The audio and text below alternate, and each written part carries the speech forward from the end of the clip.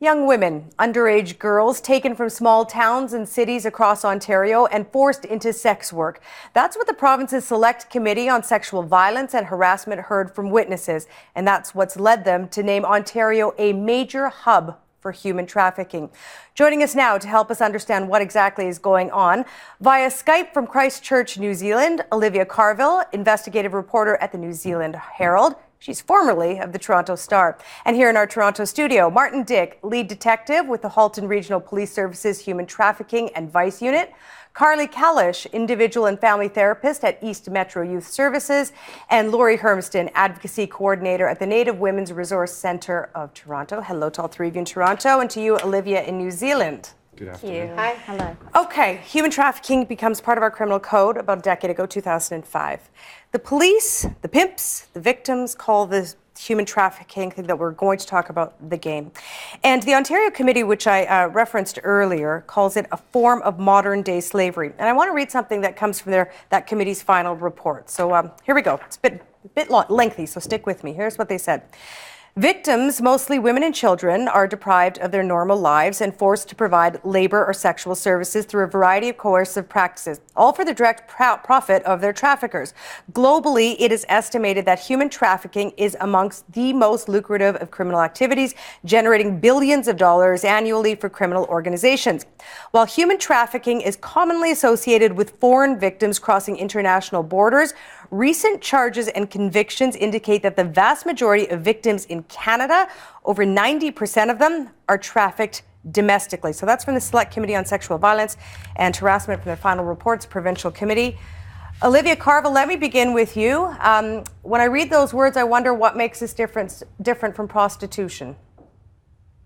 There's a big difference between prostitution and human sex trafficking. Mostly it comes down to choice. With prostitution, which has been around since the beginning of time, the woman has the choice to get into it. She can choose how many men she sees in a day, what services she provides these men, and she gets to keep that money that she earns. With human sex trafficking, these victims lose that choice. The choice over how many men they see, what services they provide those men, and whether they keep that money or not is down to their pimp. It's down to their trafficker. Okay, so this is the distinction. And Martin, I want to give you some stats, and I want you to just fill in the gaps beyond the stats. Here they are. These come from Covenant House, Toronto. So in 2014, Toronto police saw an increase of 113% in occurrences of sex trafficking, as well as a 360% increase in arrests over the previous year. This has been described as one of the fastest growing crimes in this province. Yeah. Why are we seeing this growth now? I think it's a twofold kind of answer that I could give you to that. One, you're seeing more law enforcement resources being looked to target that particular crime type. So with that, you'll see an increase in these statistics for sure. Also, it's such a lucrative trade. Right? I often analogize this to the fact that, you know, if you have a drug dealer and they buy a kilo of cocaine, they can cut that drug up multiple times, but they can only sell it once. They can only sell that kilo of cocaine once. With a sex trafficking victim, that trafficker can sell that victim 10 to 12 times a day, 7 days a week, 365 days a year. And that's the real issue. So it can be a reused resource, to put it crassly. That's exactly what it is, yes. Yeah. Okay, Carly, as I mentioned, you know, I think when most people think of human sex trafficking, we think of, you know, Eastern Europe, Southeast Asia. That this is where these girls are coming from. These are Canadian-born. These are Canadian girls and women. Who are these women? What type of women are being swept up into this world? So it really can be anyone. And if you think about the risk factors sort of in two categories. So the first category being individual risk factors, such as low self-esteem, lack of self-worth, issues with family, potential previous abuse, issues at school, bullying, things like that. And then you think of the systemic factors and the societal factors of being racialized, being Aboriginal, being a girl, being from a community where there's a high proximity to crime, being in a neighborhood that lacks social resources. If you think about checking off those on one side of the list and then the other side of the list, and thinking about people who might have check boxes on both of those lists, those people are at the highest risk of being trafficked. Okay, they're the highest risk. Are they the only ones? Are middle-class white girls being absorbed into this? I think across the board there are varying degrees of individuals that are involved in this trade. Yes, predominantly I would suggest to you that certainly in my experience that young girls that Carly has indicated to you are the individuals at highest risk. But yes, I don't think anyone is immune. And these are girls that live next door to you. You know, that like nobody is immune. We've had in Canada, you know, teachers that have been trafficked victims in this country. You know, educated individuals, but through circumstance and through manipulation and coercion, find themselves ingrained and distanced from their families and becoming involved in this trade. Okay, we're going to talk about that coercion in a bit, but I want to figure out. You say young girls. I think you said young women. How old are these people? I'm seeing, you know, I'm hearing about victims as young as 13 years old that we're learning Kids, about. babies. Children, yeah, children that are coming from very complex backgrounds. A lot of them come from child welfare or effects of child welfare. And in the Indigenous community, that's a big issue. I mean, we know recently from the Canadian Human Rights decision that 38% less funding to Indigenous children through child welfare. A lot of these kids are coming from those environments. So, you know, it's about having these supports for these children. And anywhere from 13, 15, 18, I see girls 21, 22, up to, you know, 30 and older. So they are all different ages and ranges. At East Metro, we've had our youngest client who was trafficked when she was 12 years old. The average age of clients that we see, we work from 12-year-olds all the way to 29-year-olds with greater spectrum of definition of youth. The average age is 16. 16 years old. That's right. And when we see these clients, how many people like this are you seeing on a yearly average? So our program is quite new. We've been around for about 2 years, and we've seen over 60 clients, 60 young women who identify as being survivors of domestic human trafficking. Wow. And how do they get to you? Do they come on their own? So the coolest referrals are when clients tell each other about our services and spread the word that way. But a ton of our referrals are from child welfare, the police, and our partnering agencies such as Boost, Child and Youth Advocacy Centre, etc. Martin, help me out here. How do these? Maybe they're not guys. All these pimps. I'm assuming most of them are guys. How do they get their hands on these girls? How do they find them? That's a real complex situation as well. A lot of it's through coercion, like I mentioned to you, but there's multiple different approaches that are used by pimps and traffickers to recruit these vulnerable young girls. And I'll say predominantly it is like young females that are the victims of this particular trade and this particular crime. But some of them will play the boyfriend card. You know, they will groom these girls into believing. You mean go meet them at school, at the mall, what? 100%, yeah. Okay. Yeah, like if you think about it, and I don't like to highlight it too much for obvious reasons as well, but you know, you pick areas. These people are smart. They pick areas that young people congregate. You know, so schools, malls, bus depots, train stations, right, and sporting events. You know, music concerts, things like that. Anywhere where young girls and young women go, they're there. And so you'll have that element. You also have the online grooming element to it as well, and there's been a huge increase in that, in the use of social media and the like, with the recruitment of young females into the sex trade. But then you also have other types of pimps and traffickers. I don't know if you've heard the term guerrilla pimps. Guerrilla pimps? Yeah. No, never heard of it. So that's individuals, traffickers who use violence and control over the female rather than the finesse approach of the boyfriend, you know, purporting to be something. Clearly they're not, and there's never that intention from that trafficker. Okay, we're going to get more into the relationship between the victim and the people that are perpetrating these crimes in a bit. But I want to put up a map. Okay, so this is, you know, we established this plays out across our province, but look at this map that we're going to put up here. This is the 401 corridor. This is where the trafficking plays out a lot in our province. Highway, many of us drive all the time, Martin. Yep. Your team polices the southwest part of the GTA and Oakville. Where are these crimes on the 401 taking place? I would say to you that the 401 is the main hub corridor for trafficking. I call it the virtual track because it's all behind closed doors. Every hotel and motel along that corridor will have trafficked victims in it at some point. Every hotel and motel, and there are hundreds And I of would be them. confident in saying that to you, yes. And the same with the QEW. Our predominant area in Halton region is a QEW. So from Toronto right out to Niagara Falls, you know, you look at the hotels and motels along that corridor, and every single one of them will house trafficked victims at some point in time. I just want to make sure I'm hearing you correctly. We're not talking about like the sleazy motel. You're talking about Yes. every hotel, And 5-star, 3-star, 1-star, doesn't matter. It knows no boundaries. In actual fact, there's been a real shift away from sleazy, budget, low-end motels towards your mainstream hotels that are out there, yeah, for sure. Olivia, you have visited some of these hotels and motels during your investigation that you did for the Toronto Star. Take me inside one of them. What's it like?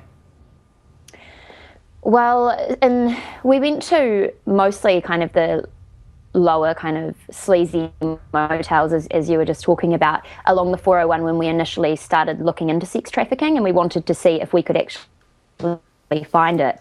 So down some of these, in these motels, you know, it's dark and there's not a lot of people around at night.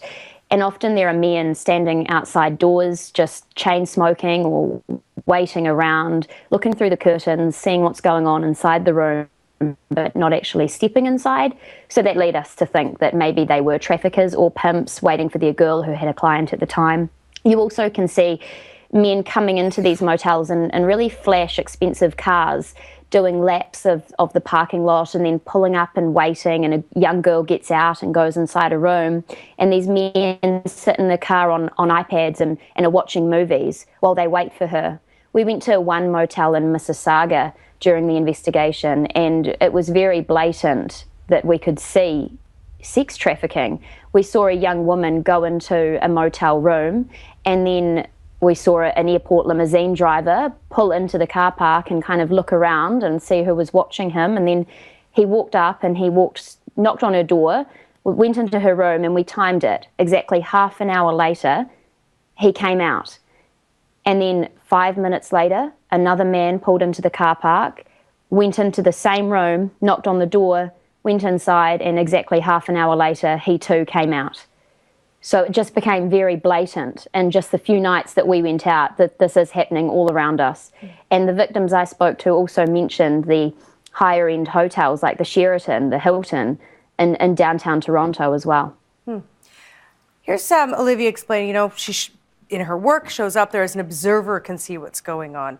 And this is a crime that's happening somewhat in the open. I mean, how do these girls get to these car parks? Someone drives them. So presumably a taxi driver, the people who clean hotel rooms, the people that work at hotel rooms. How come, I don't know if this is the right word, are these people also complicit in what's going on? That's probably the wrong word, but Yeah. Are they turning a blind eye? No, I wouldn't use that. In actual fact, it's interesting you bring that point up, because when I first got brought in to start the unit up in Halton, I realised there was a huge gap in the education and knowledge base of a lot of these individuals. And so what we did in Halton was we actually carried out in 2013, it would have been now, hotel training to highlight signs of human trafficking to hoteliers. And I actually said to all of my hoteliers that have hotels in our region, I don't want you to send your general manager. I want you to send your cleaning staff. I want you to send your maintenance staff. I want you to send your front of house staff. That's who I want to see at this training, because that's who we need to educate. We have a fantastic relationship with hoteliers within the region, generally across the board, and they provide us with a lot of information, a lot of intelligence in relation to the comings and goings that are there. And so from my perspective, in our region, we certainly have bridged the gap so that these people can be our eyes and ears. In law enforcement, we're only a small piece of the machine, a small cog in the machine, and we have to engage in our community, and we've been doing that. What are you telling them to look out for? Just the signs of, you know, someone booking a room, and then the natural fact you never see that individual. You see a female, you know, comings and goings, frequent comings and goings from a room. Someone who doesn't have any identification. Someone who's looking to the male in the supposed relationship for guidance with everything. Someone who's not able to answer questions. Someone who maybe looks bruised, looks in a state of disarray. A young girl turning up with multiple suitcases, because a lot of the time these girls are just transported from hotel to hotel throughout the country, not just the province, and that is their life in that suitcase. So things like that, you know, and then the whole do not disturb sign being in the door of the hotel room throughout the guest stay. It's unusual, right? Yeah, it's also very common for them to ask for towels multiple times throughout the day. Asking for towels. They're asking their clients to shower before they engage in sexual activity with them, and they're also showering multiple times. So things like this, if cleaning staff could be aware of simple things like this, it would also really help them understand the phenomenon of what domestic human trafficking looks like. Let me ask you this. Martin said earlier, you know, there's this approach that, yeah, I'm your boyfriend, or I want to be your boyfriend, and this is how I get a hold of you. What are, I mean, what's the other, how do they advertise to young women? Like, come be part of this awful criminal enterprise. I mean, how do they reach these young girls? So one of the major myths and misconceptions is that pimps and traffickers are often strangers. They're not going to be someone you know quite well, but they might be, you might have mutual friends with them on Facebook, or they might be friends of your cousin. Like, you have a connector link, you have somebody in common, usually. It could be a stranger. So there's a little bit of a safety thing that you're not totally as nervous about because of the dynamic that you have a person in common. So it starts off like that, and it really masks itself as a relationship. I know in 85% of our clients, they identify their pimps, their traffickers to be their boyfriends. And so they're looking to court them in a relationship. They're making them feel so incredibly loved and special in a way that no one's ever made them feel before. So it almost seems like, how did I luck out? How did I get somebody that loves me this much and is taking care of me this much? So it really starts off in something that we call the honeymoon stage. And then, but it's not an overt ask, right? Like, there isn't a hashtag, come be a victim of these awful crimes. Where do you make that, like, I befriend you, I tell you you're perfect, I love you, and then is it coercion? I mean, there are a few stages in between. So it starts off as this loving, caring relationship. They're going to have sex with you in a way that you think it might only happen in a movie. They're going to make you feel so incredibly loved and special, and they're going to do that, and then they're going to pull away. And then they're going to be so incredibly loving and pull away, and you're like, what did I do wrong? How can I get back in his good books? I'll do anything to make things go back to the way they were before.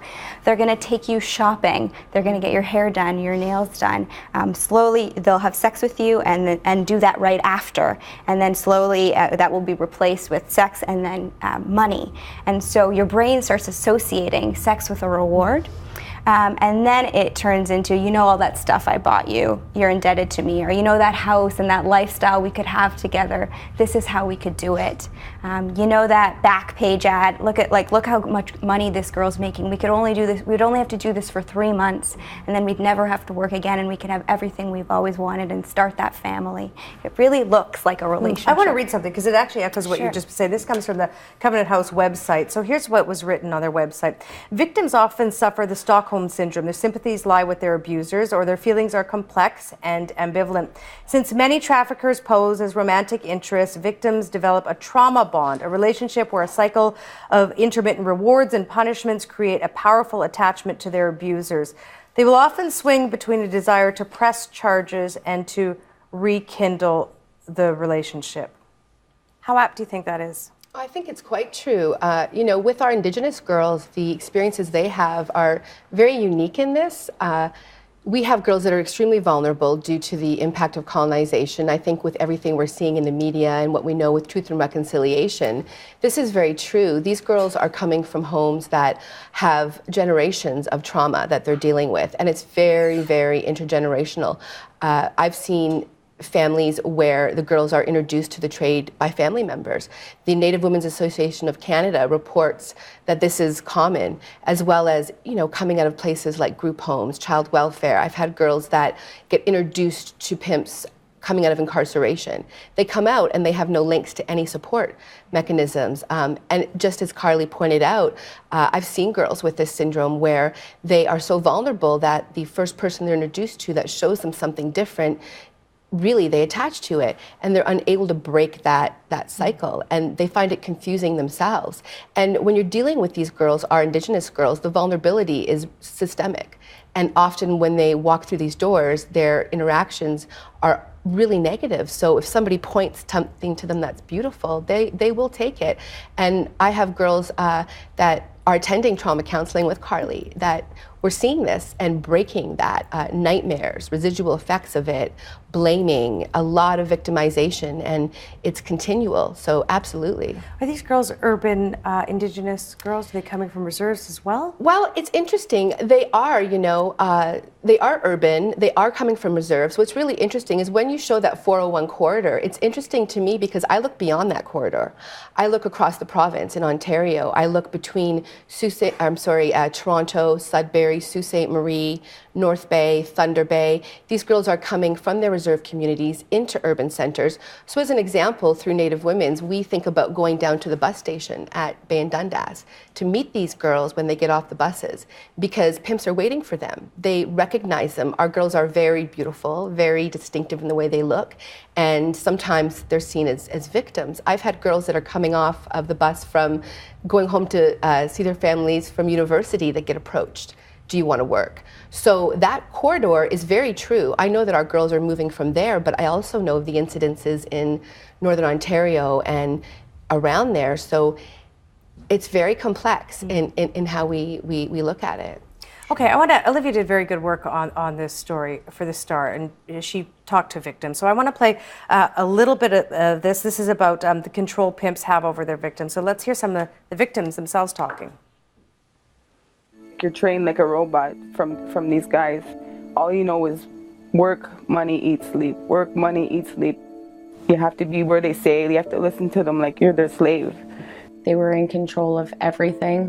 What I wore, what I ate, when I slept and how long I slept for. When I showered, when I went to bed, when I woke up. What I ate, when I ate. How much money I could keep on me, nail color, everything. Olivia Carville, there's so much in that even short clip of stresses these women are under. I mean, what stood out for you when you talked to these women? One of the most startling things I found from speaking to all these victims was that control factor that these men had over them and their entire lives. You know, these girls, they're young, most of them, when they meet their traffickers. They're falling in love for the first time, and they just don't understand this dark world they're being pulled into. And it was quite frightening for me speaking to each of these women who were coming forward and how brave they were and how courageous they were to actually sit down and relive that nightmare, relive that horror story in order for us to get a story out there on sex trafficking. So I was quite taken aback by that aspect of their bravery. Martin, help me understand this. You're the guy who helps crack down on the people that are perpetrating these crimes, the pimps. I don't know if I want to actually understand why they do what they do, but help me understand what they're in it for. Do you know what? It's so lucrative, the money that can be made. You know, it's just even money. from I don't one care girl. what I'm selling if it's human being. And to be honest, what I would say to you though is that, and I often find it, we talk about the victims in this particular crime type having, you know, real issues in their background a lot of the time. You know, perhaps they've been a victim of domestic violence, you know, sexual violence as a child, and you know, a number of other you know, areas. But in actual fact, what I find also a lot of the time is that the perpetrators of this particular crime type, as is the case a lot of the time with sexual violence, as is in the case with domestic violence, these perpetrators have actually been victimized at some point in their life as well, and they come from broken homes often, and they have been victims of sexual violence, of physical abuse as a child. And so there is, I do honestly see a direct correlation between the two a lot of the time. I don't know if the girls would agree with that, but I certainly see that quite a lot.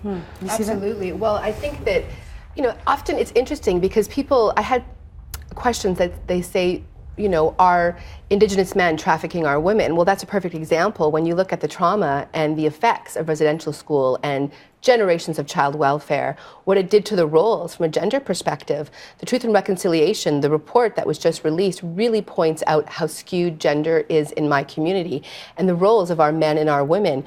Traditionally, our women are sacred.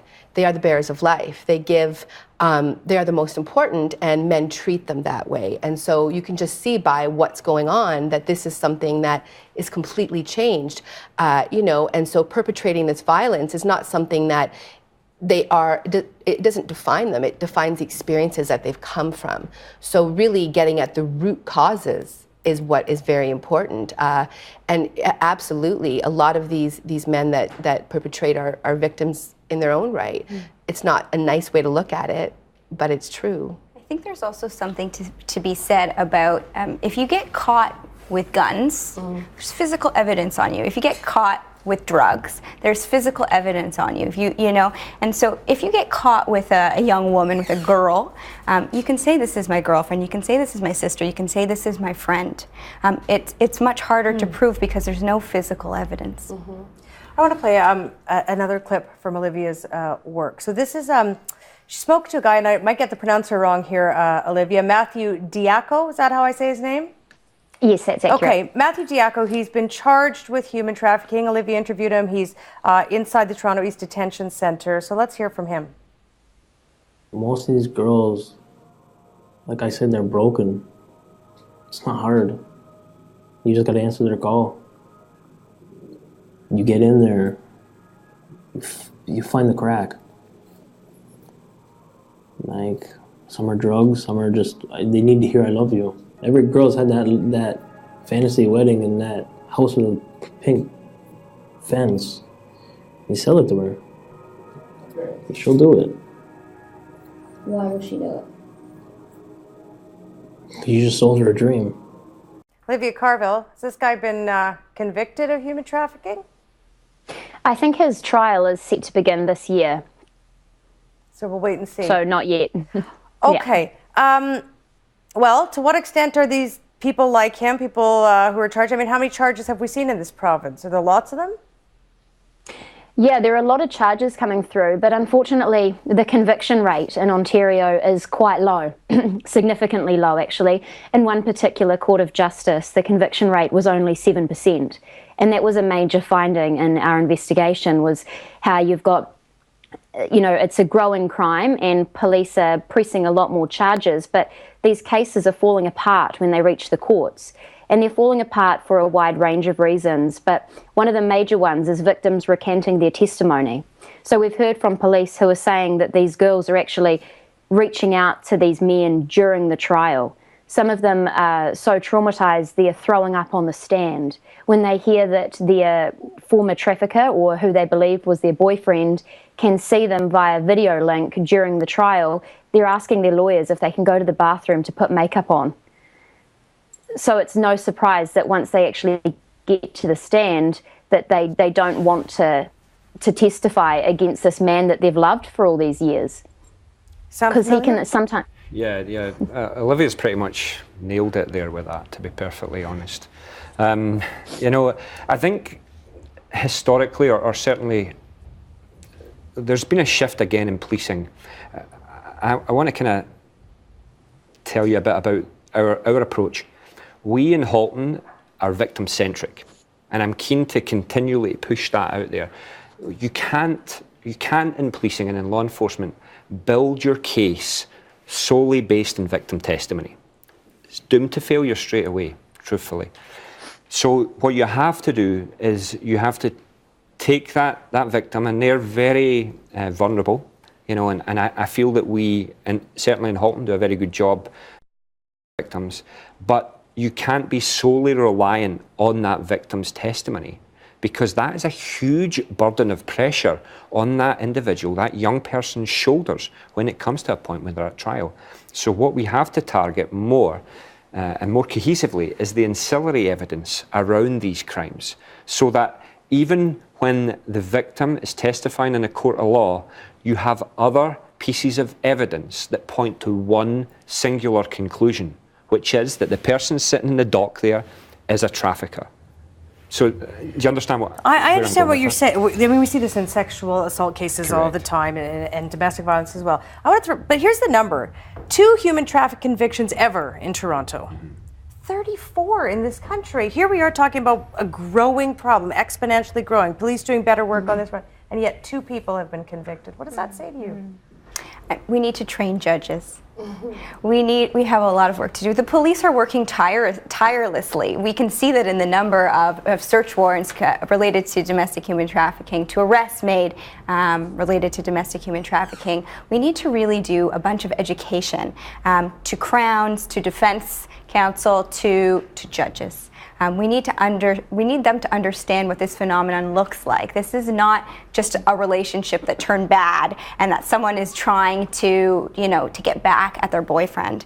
This is modern day slavery. I think, I'm sorry, just what Carly said there, I truly believe that the best tool to combat human trafficking in Canada and in North America in general right now is education.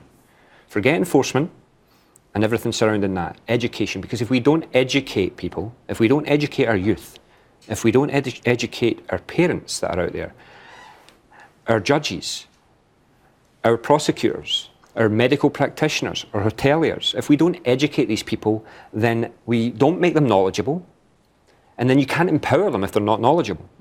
So you have to educate, and it really boils down to that. In order to make any inroads into this heinous crime, you have to educate. And we are really trying and pushing that constantly. And in our region, we actually go into our high schools and educate our youth who are coming to high school on the whole Romeo pimp trafficker scenario, on the online grooming side of things, to educate them, to empower them, to give them that knowledge base to make the correct decision, even if they come from a background where they've had turmoil. We only got a few minutes left. For the girls, for the women, Lori, that are lucky enough to get to the other side, to escape, for their pimps to be busted, however they get to the other side, when they're finally spit out on the other end of this, what kind of transitional services do they require, and do we have them in this province? I think we're lacking. I see it every day in my job as an advocate. We need exit strategies that work. So housing is huge. One of the biggest challenges that we face is where to put the girls when they come out. And they often age out of programs because the programming is really set up to 25 through maybe up to 29 for counseling services, things like that. But they really require support. So from my community perspective, it's about the cultural lens. What does that look like? Reminding our women what their roles are, who they were before impact and how they get back there. Having them in ceremony, having them surrounded by a community of people that believe in that strength. Some of the most resiliency comes within the Indigenous community. I think that's really obvious. Through all the things we're seeing in the media, but housing is huge, educational attainment, very big, financial supports, and really just having a soft landing place. I got 20 seconds left. Enough support in Ontario for all this? You got 20 seconds. Pressure's on.